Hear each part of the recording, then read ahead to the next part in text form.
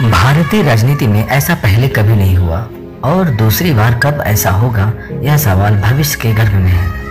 लगभग 50 साल की उम्र में एक व्यक्ति वर्ष 1984 में एक पार्टी का गठन करता है और देखते ही देखते देश के सबसे बड़े राज्य उत्तर प्रदेश, जहां से लोकसभा की 85 सीटें थी, इसमें पार्टी की मुख्यमंत्री शपथ लेती है।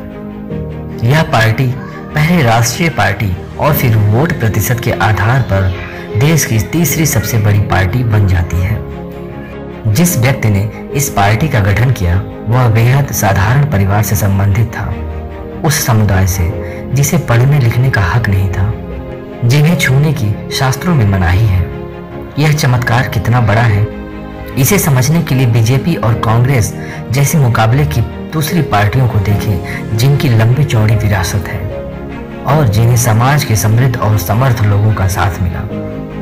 सरकारी कर्मचारी पद से इस्तीफा दे चुके इस व्यक्ति के पास संसाधन नाम का कुछ भी नहीं था। न कोई कॉरपोरेट समर्थन, न कोई ताकत, न मीडिया, न कोई मजबूत विरासत, सिर्फ विचारों की ताकत, संगठन क्षमता और विचारों को वास्तविकता में बदलने की जिद के दम पर इस व्यक्ति ने 2 दशक से भी ज्यादा समय तक भारतीय राजनीति को कई बार निर्णायक रूप से प्रभावित किया। दुनिया उन्हें काशीराम के नाम से जानती है और समर्थक उन्हें मान्यवर के नाम से पुकारते हैं। काशीराम जी ने जब अपनी सामाजिक राजनीतिक यात्रा शुरू की तो उनके पास पूंजी के तौर पर सिर्फ एक विचार था। यह विचार भारत को सही मायने में सामाजिक लोकतंत्र बनाने का विचार था, जिसमें अधिकतम लोगों की राजकाज में अधिकतम भागीदारी का सपना सन्निहित था। काशीराम अपने भाषणों में लगातार बताते थे कि वे मुख्य रूप से संविधान ड्राफ्टिंग कमेटी के चेयरमैन बाबा साहब डॉक्टर भीमराव अंबेडकर और उनके साथ क्रांतिकारी विचारक ज्योतिबा राव फूले के विचारों से प्रभावित रहे।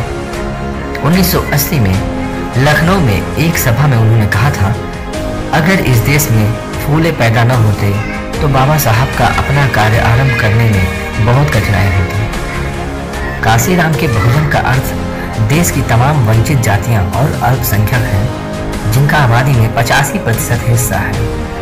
काशीराम मानते थे कि देश की इस विशाल आबादी को राजकाज अपने हाथ में लेना चाहिए।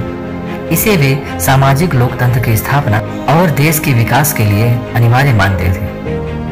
इसके लिए वे सामाजिक वंचितों के आर्थिक सबलीकरण के प्रबल पक्षधर रहे। इस विचार को मूर्त रूप देने में काशीराम ने अपना ध्यान सबसे पहले इन जातियों के सरकारी कर्मचारियों पर केंद्रित किया।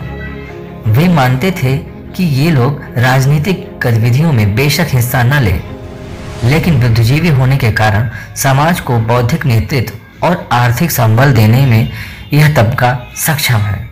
आज़ादी के बाद से आरक्षण लागू होने के कारण उस समय तक मोटे अनुमान के मुताबिक इन जातियों के 20 लाख से ज्यादा सरकारी कर्मचारी थे।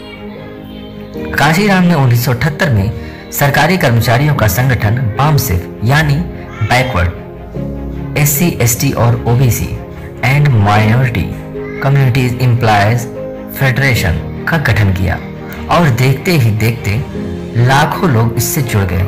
काशीराम ने कर्मचारियों को पे बैक टू सोसाइटी की अवधारणा से अवगत कराया। इसकी वजह से उन्हें हजारों समर्पित कार्यकर्ता मिले और संगठन चलाने के लिए धन भी। बामसेफ ने 1980 में एक महत्वपूर्ण कार्यक्रम के तहत 9 राज्यों के 34 स्थानों पर चलता फिरता अंबेडकर मेला सफलतापूर्वक आयोजित कर स्थापित कर दिया कि काशीराम जो सपना देख रहे हैं उसे आगे बढ़ाने का रास्ता खुल चुका है। इसके बाद पहले राजनीतिक संगठन के रूप में काशीराम 1981 में DS4 यानी दलित शोषित समाज संघर्ष समिति का गठन करते हैं और 1984 में BSP यानी बहुजन समाज पार्टी की स्थापना होती है। काशीराम के सबसे महत्वपूर्ण राजनीतिक अभियानों में उनकी 4200 किलोमीटर की साइकिल यात्रा का उल्लेख है, जिस दौरान वे हजारों लोगों से मिले और लाखों लोगों तक अपनी बात पहुंचाई। इसके बाद काशीराम के 2004 में सेहत खराब होने तक BSP जो राजनीतिक सफर तय करती है वह समकालीन इतिहास का महत्वपूर्ण अध्याय है। बाबा साहब की तरह काशीराम भी बौद्ध धर्म स्वीकार करना चाहते थे। इसके लिए उन्होंने 2006 में अक्टूबर महीने की तारीख भी तय कर ली थी, लेकिन इससे पहले उनका स्वास्थ्य लगातार बिगड़ता चला गया और 9 अक्टूबर 2006 को उनका निधन हो गया। उनका सौदा बौद्ध विधि से दिल्ली में ही हुआ। काशीराम की राजनीतिक विरासत पर विचार करते हुए इस बात का ध्यान रखा जाना चाहिए कि वे भारतीय राजनीति के पहले शख्स हैं जिन्होंने दलितों को शासक बनाने का न सिर्फ सपना दिखाया बल्कि उसे साकार करने का रास्ता भी बताया। राजनीतिक उद्देश्यों के लिए साधन की पवित्रता के हिमायती वे कभी नहीं रहे। राजनीतिक समझौतों की सवारी करते हुए अपनी विचारधारा की राजनीति को लगातार नई ऊंचाइयों तक ले जाते रहे। उन्होंने पवित्रतावाद की जगह अवसर को सिद्धांत में तब्दील कर दिया।